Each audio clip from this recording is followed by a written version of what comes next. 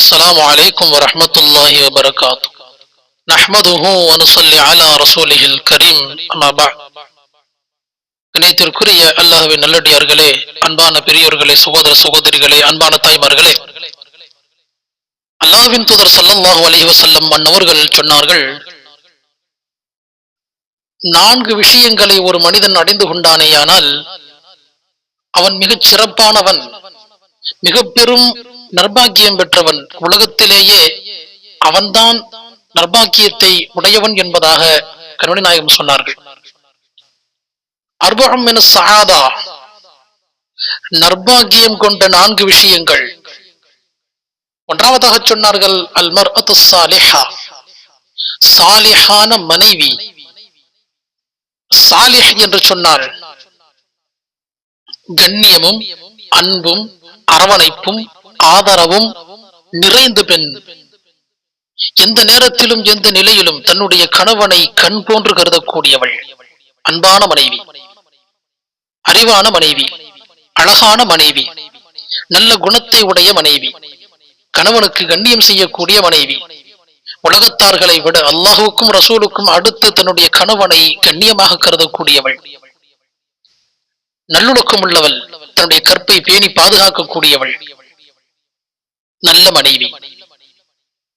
இந்த ஒரு நற்செய்தியை, நற்செயலை ஒருவன் அடைந்து கொண்டானேயானால் இந்த உலகத்திலே அவன் நிர்பாகியம் பெற்றவன் என்பதாக சொன்னார்கள்.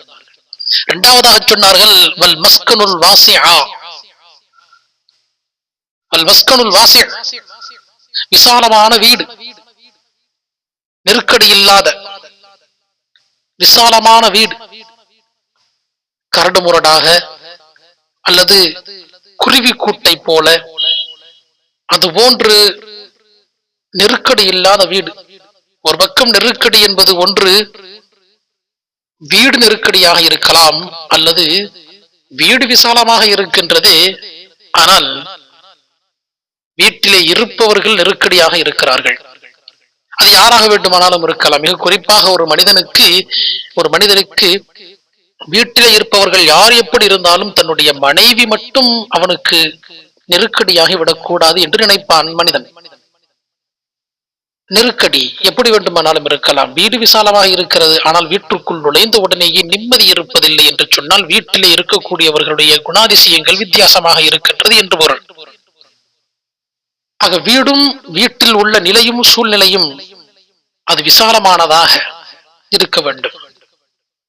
நேரடியாக பொருள் கொள்வதாக இருந்தால் விசாலமான வீட்டை உடையவர்களாக இருப்பது. ஸல்லல்லாஹு அலைஹி வஸல்லம் அன்னவர்கள் இன்னொரு ஹதீஸில் இப்படியும் சொல்லுவார்கள். அந்த ஹதீஸில் இருந்து ஒரு சில விஷயங்களை நாம் இப்படி எடுத்துக் கொள்ள முடிகிறது. ஃபிராஷுன் லிர்ரஜுல், ஒரு ஆணுக்கு ஒரு விரிப்பு, ஃபிராஷுன் லிஇம்ராத்தி, அவனுடைய மனைவிக்கு ஒரு விரிப்பு, ஃபிராஷுன் லிதைஃபி அவு கமா கால அலைஹி ஸலாத்து வத்தஸ்லீம், அவருடைய விருந்தாளிக்கு ஒரு விரிப்பு என்று 3 விரிப்புகள், தனித்தனியான விரிப்புகள் வீட்டிலே இருக்க வேண்டும். அப்படியானால் இதிலிருந்து நாம் பொருள் கொள்ள முடியும், ஒரு வீடு கட்டப்படுகிறது என்று சொன்னால் அந்த வீட்டிலே இருப்பவர்கள் ஜாயிண்ட் ஃபேமிலியாக இருக்கலாம், அல்லது அந்த வீட்டில் கணவன் மனைவி இருக்கிறாங்க, வயதிற்கு வந்த ஆண்களும் பெண்களும் இருப்பார்கள். அவரவர்களுக்கு உண்டான தனித்தனியான அறைகள் உருவாக்கி கொடுப்பது அவசியமானது என்பதை நாம் இந்த ஹதீஸிலே உணர முடிகிறது. அவங்களுக்கு உண்டான தனித்தனி ரூம், 5 பேர் இருந்தா 5 பேத்துக்கு உண்டான ரூம் இருக்கணும், பிளஸ் கணவன் மனைவிக்கு ஒரு ரூம் போதுமானது. இது அல்லாத பிள்ளைகளுக்கு தனித்தனி ரூம் இருக்க வேண்டும். மாத்திரமல்ல, இது எல்லாவற்றையும் கடந்து வரக்கூடிய விருந்தாளிகள் தங்க வேண்டும் என்பதற்காக வேண்டி ஒரு வீடு அமைக்கப்பட வேண்டும், ஒரு ரூம், ஒரு அறை அமைக்கப்பட வேண்டும். நம்முடைய பர்சனல் அறைக்குள்ள வெளியில் இருப்பவர்கள் வரக்கூடாது. அது அருவருப்பாக கருதப்படுகிறது, அது மக்ரூஹாக கருதப்படுகிறது. பர்சனல் எப்படி மனைவி பர்சனலோ அதுபோல நாம் இருக்கின்ற ரூமும் பர்சனல். கணவன் மனைவி ஒரு ரூம்ல இருக்கிறாங்கன்னு சொன்னா அதுவும் பர்சனல். அது யாரும் தப்பா நினைக்கிறதுக்கு இல்ல. என்னடா இது, இந்த ரூமுக்குள்ள இவங்க அனுமதிக்க மாட்டாங்களா? அவங்களுக்கு சொல்ல வேண்டிய கடமை நம்ம மீது இருக்கிறது. பர்சனல் ரூம் பர்சனலாகத்தான் இருக்க வேண்டும். பர்சனல் என்ன எப்படி வெளியே வந்துடக்கூடாது. பர்சனல் அப்படிங்கிறது வெளியே வந்துடக்கூடாது. ஸல்லல்லாஹு அலைஹி வஸல்லம் சொன்னது போல அவரவர்களுக்கு தனித்தனியான விரிப்பு இருக்க வேண்டும். ஒரே விருப்பை வச்சு எல்லாரும் பயன்படுத்துறது சரியல்ல. அதுல நிறைய விஷயங்கள் இருக்கு. அப்ப வீடு என்று சொன்னால் அது விசாலமானதாக இருக்கணும். எப்படி விசாலமா இருக்கணும்? எத்தனை பேர் இருக்கிறாங்களோ அத்தனை பேருக்கு உண்டான அறைகள் இருக்க வேண்டும். அதற்கு உண்டான முயற்சிகளை மனிதன் செய்ய வேண்டும். சோம்பேறியாகி விடக்கூடாது. மனிதன் சோம்பேறியாகி விடக்கூடாது என்பதை கண்மணி நாயகம் ஸல்லல்லாஹு அலைஹி வஸல்லம் அவர்கள் இங்க சுட்டி காட்டுறாங்க. இப்ப வீடு விசாலமானதாக இருக்க வேண்டும்.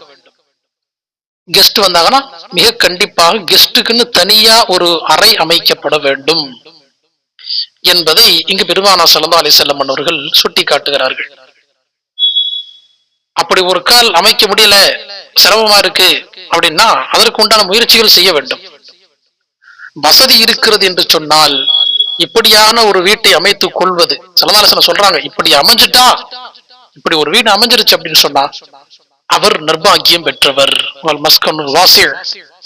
என்பதாக எம்பெருமான் ஸல்லல்லாஹு அலைஹி வஸல்லம் அவர்கள் சொல்கிறார்கள். விசாலமான வீடு ஒருவருக்கு இருக்கும் என்று சொன்னால் அவர் மிகவும் சஆதத்தை உடையவர், மிகவும் நர்பாகியம் பெற்றவர் என்பதாக சொன்னார்கள். மூன்றாவதாக சொன்னார்கள், வல் ஜாரு ஸாலிஹ், சிறந்த அண்டை வீட்டுக்காரர்கள்.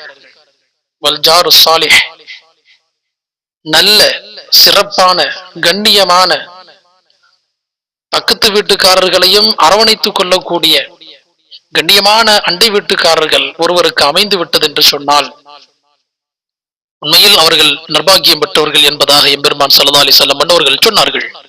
அண்டை வீட்டுக்காரருடைய தன்மை, அண்டை வீட்டுக்காரருடைய தன்மை துரோகம் செய்யாமல் இருப்பது, நயவஞ்சகத்தனம் செய்யாமல் இருப்பது, ஏமாற்றாமல் இருப்பது, எந்த நேரமும் நம்மை பற்றிய ஒரு தவறான எண்ணத்தோடு வாழக்கூடியவராக இருப்பது, இது போன்ற சிந்தனை உடையவராக இருப்பதை விட்டும் தற்காத்துக் கொள்வது.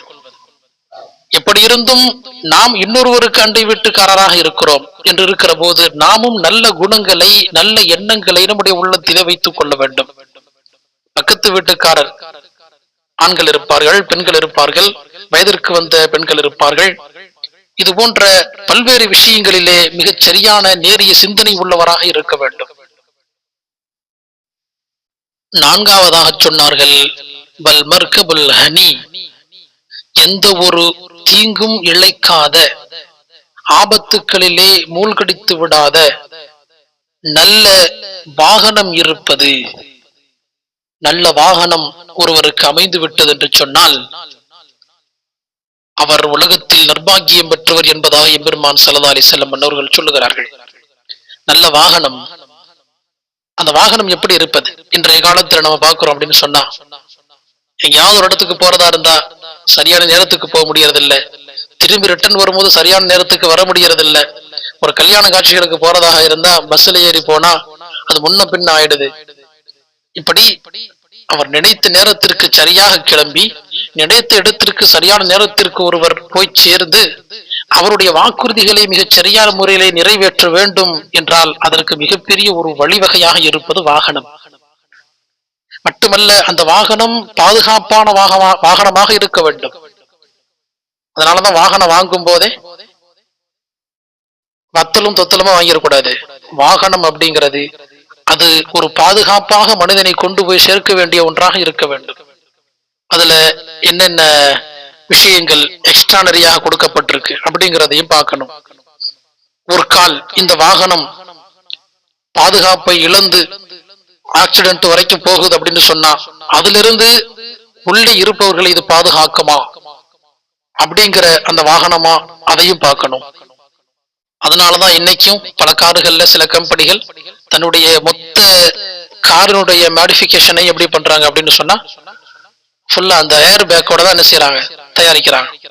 கார் ஒரு கால் ஆக்சிடென்ட்ல போய் மோத போகுது அப்படின்னு சொன்னா அதுல இருந்து ஏர் பேக் வருது, மனிதனை அது தற்காக்கிறது, மனிதனை பாதுகாக்கிறது என்பதாகவும் சொல்லப்படுது. அதனாலதான் இன்னைக்கும் காவல்துறைகள்ல இருந்து என்ன சொல்றாங்க, காருக்கு முன்னால பம்பர் போடாதீங்கிறாங்க. ஏன்? அது போய் மோதும் போது உள்ள இருக்கிற ஏர் பேக் ஆன் ஆகணும் அப்படின்னு சொன்னா அந்த முன்னாடி பம்பர் என்ன செய்யக்கூடாது, போடக்கூடாது. ஏன், இது போய் டச் ஆகும் போது உரசி அதனுடைய பட்டனை அழுத்தும் போதுதான் அந்த ஏர் பேக் வருது. பம்பர் போடும்போது என்ன செய்யுது, அந்த பட்டனை அழுத்துறதுக்கு லேட் ஆகுறதுனால ஆக்சிடென்ட் ஆன உடனேயே உள்ள இருக்கவங்களுக்கு பாதிப்பு வந்துருது. அதனால பம்பர் எல்லாம் போடாதீங்க என்பதாக சொல்றாங்க. ஆக நல்ல ஒரு வாகனம், சிறந்த ஒரு வாகனம் இருப்பது, இந்த 4 விஷயங்களை எந்த ஒரு மனிதன் அடைந்து கொண்டானோ அவன் உலகத்திலே மிகச் சிறப்பு பெற்றவனாக, சாதத் என்பதாக சொல்லுகிறார்கள். அதாவது சீதேவித்தனத்தை உடையவனாக அவன் இருக்கிறான், நர்பாகியம் பெற்றவனாக இருக்கிறான் என்பதாக எம்பெருமான் ஸல்லல்லாஹு அலைஹி வஸல்லம் அவர்கள் சொல்லி காட்டுகிறார்கள். அன்பானவர்களே, இது இஸ்லாம் நமக்கு காட்டித் தருகிற வழிமுறை, இஸ்லாம் நமக்கு சொல்லித் தருகிற ஒரு அற்புதமான ஒரு வழி. அதை சரியான முறையிலே நாம் பயன்படுத்தி கொண்டு அதை மிக நேரிய முறையிலே அல்லாஹ்வினுடைய சொல்லுக்கு இணங்க அவைகளை நாம் சேகரித்துக் கொண்டோமேயானால் நிச்சயமாக அதில் அல்லாஹு தாலா மிக பெரும் பரக்கத்தை வைத்திருக்கிறான். எல்லாமல்ல அல்லாஹு தாலா இந்த 4 பாக்கியங்களையும் பெற்று நம்முடைய சந்ததிகளும் பெற்றுக் கொள்ளுகிற பாக்கியத்தை எல்லாமல்ல அல்லாஹு தாலா நம் அவர்களுக்கு தந்தருள்வானாக. ஆமீன். அஸ்ஸலாமு அலைக்கும் வரஹ்மத்துல்லாஹி வபரகாத்துஹு.